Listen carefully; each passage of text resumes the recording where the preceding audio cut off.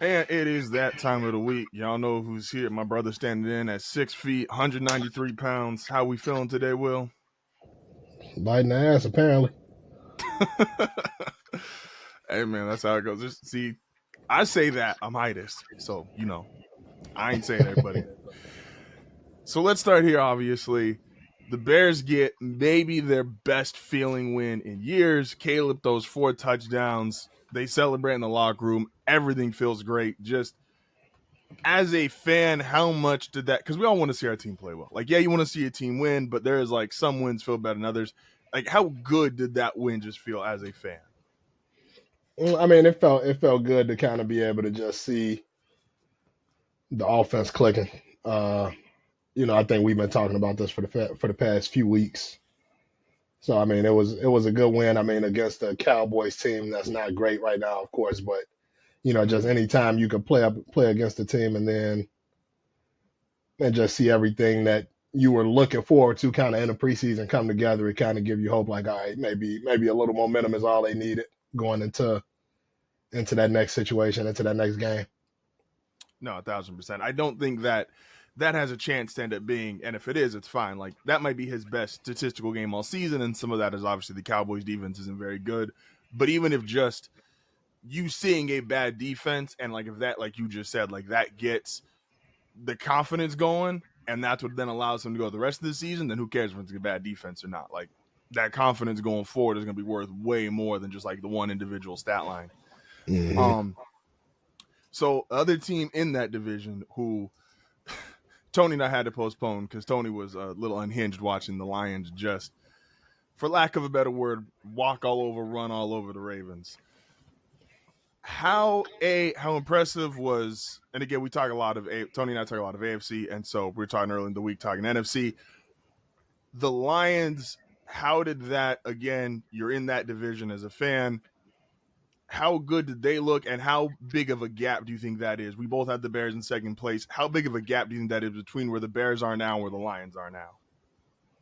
I mean, I think realistically, you got to say it's a big gap after what they just did to us. Like, I can't say like, oh, we right there after the Yeah, the performance they just put on against us in week 2. So I'd be crazy to be like, oh yeah, it's not that big of a gap. We right there. Like, that's not realistic. I that's think they're the valid. best team in the division for sure. I say it's a nice size gap right now. Do you Until we run feel into them again and show something different. do you feel that is, and I know we've talked about the Packers before. Obviously, the Packers they're on the opposite end of the spectrum, right? Where they probably had like the perceived worst loss of the week. They lost to the fucking Browns, and it's like you ain't supposed to lose to the Browns.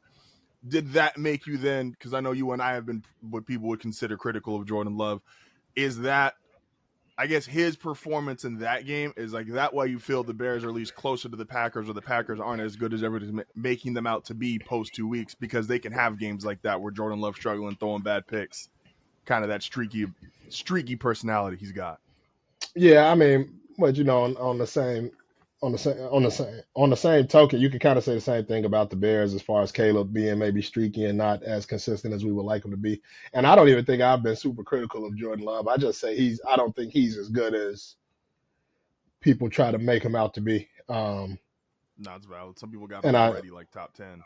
Yeah, so I mean, and I think their offense is like suspect. Now they have like probably a team full of the best second option receivers. Like, they can go be great number twos on just about any team. This is true.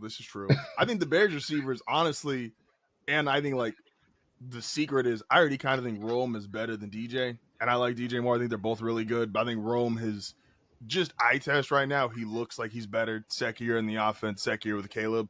So I think the Bears generally have better weapons as far as they have better high end weapons than what the Packers have. The Packers just have like 7 or 8 of them. Like, it's kind of crazy. They got like 4 or 5 guys who could play receivers, a couple good tight ends, versus I think Komet, DJ Moore, and Rome would all be like ones on the Packers. Just the Packers Oh keep yeah, for rolling out sure, more and more guys.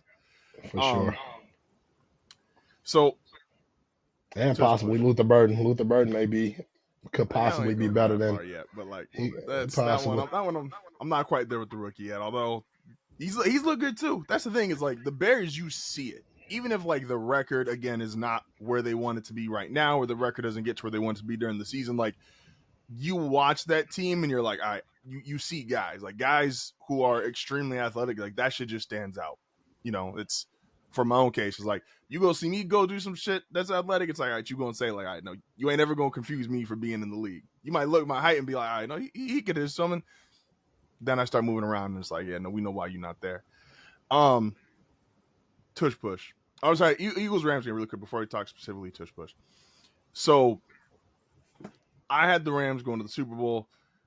That game is it's a rough one to lose, I'm not gonna lie, but it's the reality of it. Like, you get your field goals blocked twice. That's rough. That's hard to deal with. I feel like those two teams are still close. And let me phrase the question correctly. How good do you feel like those two individual teams are, which are two teams a lot of people predicted to come out of the NFC? And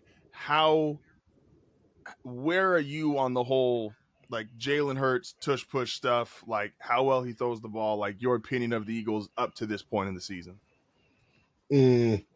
So as far as Jalen Hurts, I think I actually like Jalen Hurts. I don't care for Eagles fans in particular, but I don't have no smoke with I don't have no smoke with Jalen Hurts. I think I don't think he's a great quarterback. I think he may be. I mean, I got him top maybe 6 or 7, and I know that's him coming off a Super Bowl and things like that. So it's like they automatically want to elevate him. But when I'm talking quarterbacks and we just talking passers of the football, I don't have him up there with some of the other guys in the league. As far as the tush push, I don't care. But it's like one of those things. Stop it. Like everybody has the same. Like, you can do it too. Just if it don't work for you, then I mean get better players. That's valid as hell. That's always been my stance on the tush push. And every time they say, oh, they should ban it and all of this, I'm like, banning the QB sneak is crazy. That's and valid. it ain't The really a false QB starts are a sneak. little crazy. Yeah. I'll give them that, but I agree that like, bro, you got to be able to stop that shit. Like, they did it with multiple offensive line now. It's like, it's just because Jason Kelsey's there. Jason Kelsey retires. They still doing it. It's like, and you got guys who are perceived better, like the Bills and Josh Allen try it. Can't get it to work. The Chiefs tried it. Doesn't work. Like, so. But that's, and I mean, I'm sure at some point it'll be a rule that you can't push players from behind or something. That'll be their way to kind of get around that. But yeah, I'm not against it. No, it's valid. It's valid. Where are you on the Rams as far as how good like the Rams are right now? What's their record right now after 3 weeks? 2-1. So that was their first loss. 2-1. Okay. I mean, I still like the Rams. I think I may have been in the same boat with you as far as picking them to come out of the NFC. Yeah, I got them. I have them winning the Super Bowl, which because Tony didn't like, so I had him beating the Ravens, and everybody knows my Matthew Stafford opinion. I got Matthew Stafford top 5, and everybody looks at me like I'm nuts, and so it is what it is. No, I mean, I'm high on the Rams. I am. We always got to do a little bit of basketball, and I think this topic is perfect for somebody like you. Oh, there's actually 2 basketball topics. Okay. Giannis said there's one guy he wants to work with right now, and that's Melo. He said he doesn't like working with guys who are actively playing. He's like, if there's one guy I really feel like I could improve my game, it'd be Melo. I guess just because stylistically, those are drastically different players. Like, Giannis is a two dribbles, get to the rim. Like Melo was athletic, but there's like a different space for what Giannis does at like that height, that size.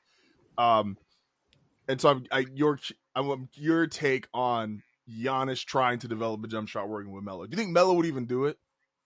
Like, I think Melo would do it. Yeah, no, I think Melo would do it. I think Melo is for the players for sure. I think he would do it. Trying to do the Keem 2.0. Well, Melo can make an M selling these guys the triple threat. So he could sell the jab stuff for millions. Hey man, if Giannis ever, and it's the forever part of his career, is like if he ever had if he had 50% of Melo's jump shot, I think the only person better than definitively is Jokic. If he got that, we having a different conversation. And the other NBA thing I wanted to talk to you about is the Pat Bev Trae Young drama dispute. Is so it started on Twitter, and someone was like, because they were showing a highlight of a bunch of guys, and it was some college, some pro, just running to like a pickup game in the gym, right? And everybody's like running hard, they playing, and someone was like, why won't they do this for like the All-Star game? And because there's been this constant narrative, and it's true, around the All-Star game, niggas don't care, they're not playing hard. Pat Bev said, because it's no All-Stars, it's just dudes, so it's a good ball. And Trae Young said, don't speak for us. And then Pat went on his shit and said, you know what? It don't matter if I'm not an all-star. Like, I've been to the playoffs more than you. I've got a better record versus you. I know dudes who don't even want to go to Atlanta because of you, because you're quote-unquote like a ball hog and not fun to play with. Kind of crazy to say about Trae Young when he averaged 10-plus assists for his career, but hey, I'm not Pat Bev. Your opinion on should Pat Bev be allowed to talk about how the all-stars perform in the game? And just your opinion on that situation. So, and it's funny because I knew they had a back and forth going on, and I couldn't really figure out. I couldn't pinpoint where it started. Like I didn't really know where it started. I mean, I think if as fans we can have opinions on it, why wouldn't an NBA player be able to have an opinion on it? No, I agree. So it's like if as fans we like, and which is also crazy because we would also be the fans to say when it's somebody we don't like, maybe talking about somebody we like, oh, you ain't got no right to speak on this person because he accomplished way more than you, but we speak on people that accomplish way more than us. That's just so. I mean, yeah, I think Pat Bev would have more of a right than any fan does, if anything. So, do you buy that? So Gil pushed back a little bit and said he agrees with the fact of like you just weren't the guy in regards to Pat Bev. So it's like, yeah, Trae might not make the playoffs as much as you did, but you obviously played with like in his prime James Harden. You played on the Timberwolves. Everybody remembers the game where he's sitting there like jumping on the fucking stand. Like that part, I think is more valid. Of like, there should be even amongst players like a little bit of if you weren't leading the team, we're in a different conversation. Like yeah, you're not criticized the same way as me. You can't make you can't use the fact that I made the playoffs this many times when you were maybe the fourth or fifth best player on the team. No, I agree. And that's not to say that you didn't play a critical role, because I mean, Pat Bev, like in those days, he was like one of the go-to perimeter defenders in the league. He was a disruptor, he was an agitator. So, not to say that Pat Bev was invaluable, but when you don't carry the load of a Trae Young, and I'm not even the biggest Trae guy, but it's like when you don't carry the load of a player like Trae Young, you can't use the fact that you made the playoffs like however many times. That's like Robert Horry arguing his rings with LeBron. Yeah, no, it's 1,000%. Like so, it's like Robert Horry saying like, "Oh, Giannis only got one ring." Like, so, yeah. like that ring worth more than yours. All of them put together. And that's not to say Robert Horry. Like we know what Robert Horry did throughout his career. We know he played a crucial role, but you're not the reason they got there. You played a crucial role in winning. You definitely played a part, and you played your role the way you needed to. But it's not the same. No, 1,000%. As we do every week before we get you out of here, so the Bears are at the Vegas Raiders. This is Tony's Raiders. This is we got a hard foul bowl. Look at this. So your team versus Tony's team. Well, Tony's adopted team because Tony just can't quit the Raiders no matter how many games they lose.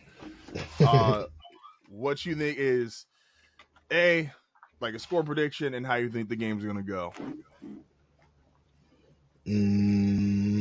Let's see what my thoughts are real quick. Raiders 1-2, Bears 1-2, and the Bears got to bye. So if the Bears win this, get to 500, and you get to the bye, if you believe in the coaching and getting better with Ben Johnson, that puts them in a much better position than they were just 2 weeks ago. And then coming out of the bye, they've got Commanders, and then y'all get the Saints. Oh, and then you got another hard foul bowl. You got actually Bears Ravens. That one might not go as well. I might be picking Tony's team on that one. It might not go as well for the Ravens. Predictions. I'm predicting the Bears W. We got momentum now. The offense is cooking. Offense cook. How many points the offense again? 31. Max Crosby gonna need some help. Woo! Woo! All right. Help Max Crosby, please. I'm just joking, Max. Keep your hands off my quarterback, please. Hey, nah, that's like dissing the Browns and just be like, hey, yo, but Myles Garrett, I ain't talking to you. I'm talking to everybody else in that locker room, not you. Everybody except Max Crosby, y'all cooked. It's food. Cooked. And, I feel it. Hey, now, appreciate you as always, bro. Don't forget, check. I can't talk. Check Will out, Group Chat Podcast every single Sunday. Hey, appreciate you, man. We'll catch you this week. See you next week, man. I mean, if you want to be a part of one of the coolest, most unique communities, don't forget to like and subscribe.